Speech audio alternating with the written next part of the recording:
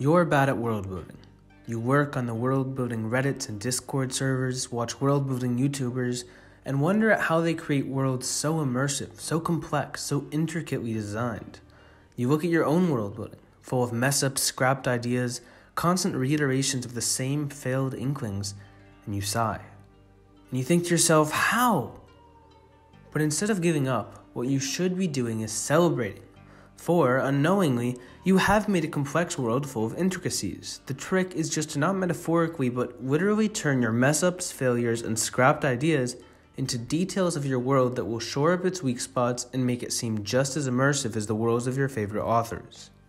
I used to be sad about my world building, constantly throwing out pages and redoing them with only the slightest difference, retconning and changing and messing things up, and never coming out with anything to show for it. But then I had this realization, which I want to share with you all here today. Let's turn bad world building into great world building. First is the cult approach. I'll give you an example from the mistakes of my own past. In my Avatar: The Last Airbender translation video, I used the topic particle E for non-topics in Dolini. But later in my intro to Dolini grammar video, I said it could only be used for topics. In other words, I flat out contradicted myself. But I can now turn this into an advantage. The solution is that the Atla translation was in a separate dialect of Dolini. Now instead of a contradiction, we have an intricacy, a detail. We turn a negative into a positive. The cult approach is all about turning contradictions into offshoots, dialects, cults, or relatives. When you make two similar but slightly different versions of the same thing. In other words, when you contradict yourself, you explain the difference as dialectal. Let's bring in another more hypothetical example. In one video, let's say I say that the Triani culture buries their dead. But in another, a short story translated into Triani, I show a Triani funeral where the dead person is cremated. Is it a contradiction? Yes, kind of. Is it an opportunity? Definitely. Now I have a story to tell about a Triani cult that defies the cultural norms and cremates their dead.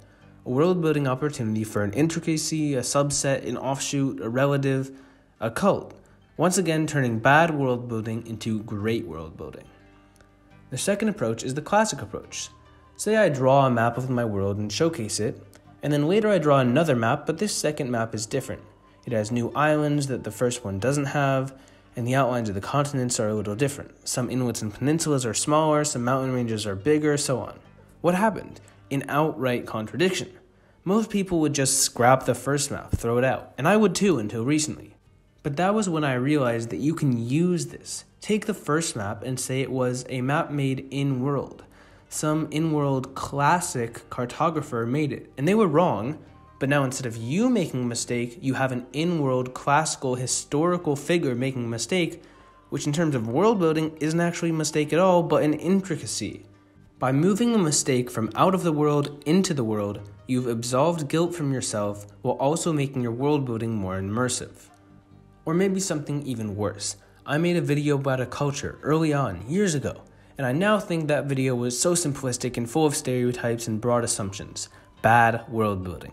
Well, you know what? This too is an opportunity to showcase cultural biases and stereotypes in-world.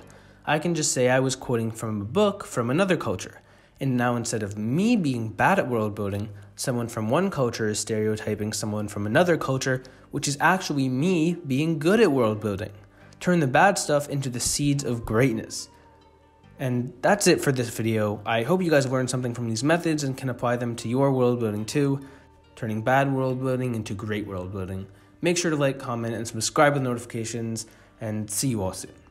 Thanks especially to the Big Lang team for inspiring this episode with our enlightened conversation about how it's sometimes better to not know things when world building. Again, thank you all for watching.